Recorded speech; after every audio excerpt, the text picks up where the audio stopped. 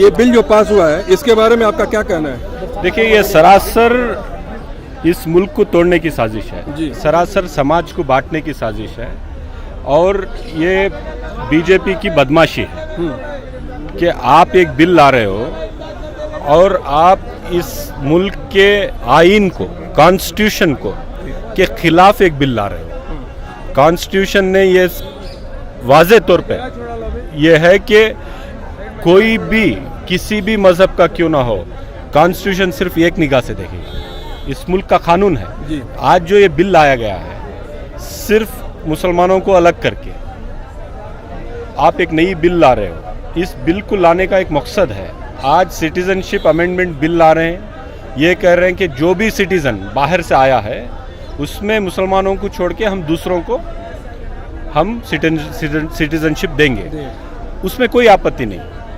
यहाँ पे ऑब्जेक्शन कहाँ है? जब आने वाले दिनों में इस बिल को आप एनआरसी से जोड़ोगे, जब आप एनआरसी लेके आओगे, यहाँ के लोगों को जो जहाँ पे हज़ारों साल से जो यहाँ के शहरी हैं, यहाँ पे पैदा हुए हैं और यहाँ दफन हुए हैं, उनमें अगर उनके स्पेलिंग में एक मिस्टेक भी होगा आप एनआरसी से निकाल दोगे, फिर आप उस बिल के तहत उनको कह दोगे कि ये हिंदुस्तान के शहरी नहीं है, तो ये सरासर नाइंसाफ़ी है।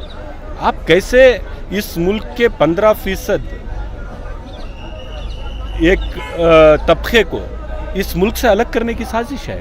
बीजेपी की बहुत बड़ी साजिश है इस मुल्क में अक़लियती तबकों को सताने के लिए, हरासमेंट करने के लिए, और इसको हम पूरे दम से इसकी मुखालिफत करेंगे। इसको हम यहीं छोड़ने वाले नहीं हैं।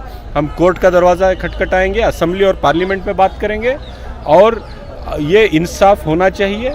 इतनी नाइंसाफ़ी और इतनी बदमाशी जो आज कर रहे हैं बीजेपी, ये अच्छी बात नहीं है। इस मुल्क के मुस्तकबिल के लिए भी ठीक बात नहीं। तो रिजवान साहब, आपने कहा कि इसके लिए आप फाइट करेंगे। ये बताइए, अभी जो अवाम है, जो मुसलमान कम्युनिटी है, उसके लिए आप क्या मैसेज देना है? क्योंकि काफ़ी डरी हुई है, ये सोच रही है कोई गाइड करने वाला लीडर नहीं है।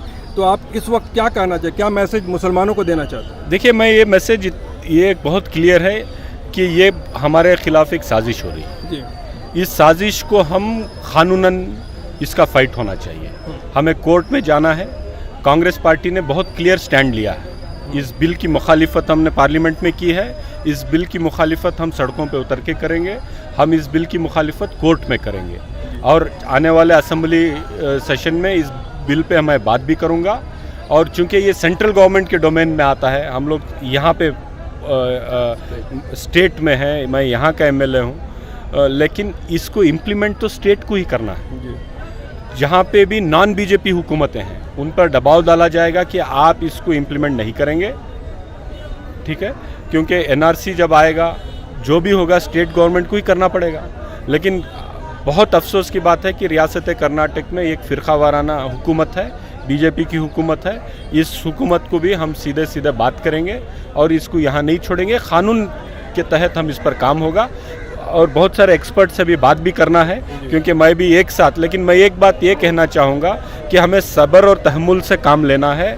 अगर हमने थोड़ा बहुत लापरवाही बरती, सड़क पे हमने किसी को ये मौका दे दिया कि हमारे ख़िलाफ़ कुछ करे, कोई पत्थरबाजी हो गई, कुछ फ़िरका वाराना फसादात हो गए, तो जो हमारा हिंदू भाई जो अफसोस कर रहा है कि मुसलमानों के साथ नाइंसाफ़ी हो रही है, तो वहाँ पे बीजेपी का फ़ायदा नहीं होना चाहिए।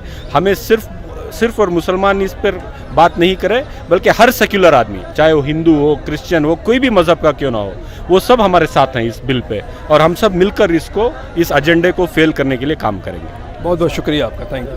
अच्छा, ये बताइए, ये जो बिल पास हुआ है इसके बारे में कुछ आइडिया है आपको? नहीं, इतना तो आइडिया नहीं है। तो जहाँ तक जानता है, ये इनका एजेंडा है 2025 का, जो हिंदू राष्ट्र बनाना है, ये सब इनका एजेंडा है। तो डिटेल सिटीजनशिप बिल के बारे में आपको नहीं मालूम है? नहीं। कोई ऐसा है जिनको बिल के बारे में मालूम है, बता सकते हैं कोई?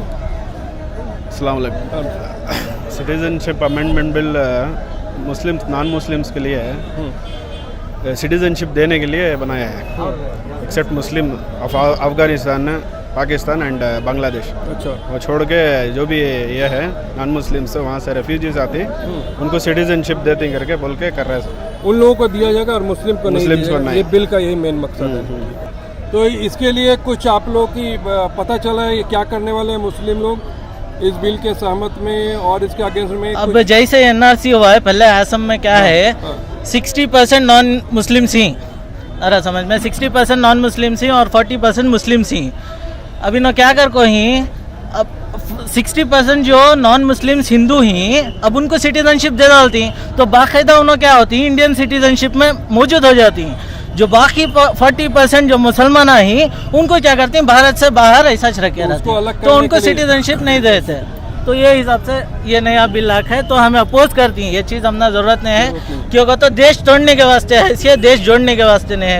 सही है, ठीक है, शुक्रिया। अमित शाह जो बोल रहा है जी कि मुसलमानों को डरने की कोई ज़रूरत नहीं, मुसलमानों के ऊपर ये लागू नहीं, ये बहुत बड़ा धोखा है। इसने पहले भी ऐसे गुजरात में ऐसे ही धोखे की बातें करके है, अभी भी ऐसे ही बातें कर रहा है। इसके वास्ते हमें मुसलमानों से ये दिमाग में डालना हमारे मुसलमानों के कि जो भी बीजेपी का लीडर जो बात बोलता है वो बिल्कुल हमारे खिलाफ उसके दिल में रहता है, वो बोलता है। उसके वास्ते हमें लीडर हो को सब मिल को एक किस्से इसके खिलाफ हमें आवाज़ उठाना और सब एक जाति से इसे अपोज करना। ये जो बिल पास कर रहे हैं, ये कर रहे हैं, सब साजिश चल रही है मुसलमानों के साथ। जो भी साजिश चल रही है, जो भी दलित है, हिंदू, मुस्लिम, सिख, ईसाई जितने भी हैं, और उनके लिए सब साजिश चल रही है। हिंदुस्तान किसी के बाप की जागीर नहीं है, किसी का मुल्क नहीं है। ये अमित शाह को कह दो, सबकी आवाज एक ही है, अमित शाह को कह दो किसी के बाप का राज नहीं, कोई बिल पास करना भी नहीं, आइंदा से कोई बिल सैंक्शन भी नहीं करना चाहिए। हिंदुस्तान जिंदाबाद, हिंदुस्तान जिंदाबाद।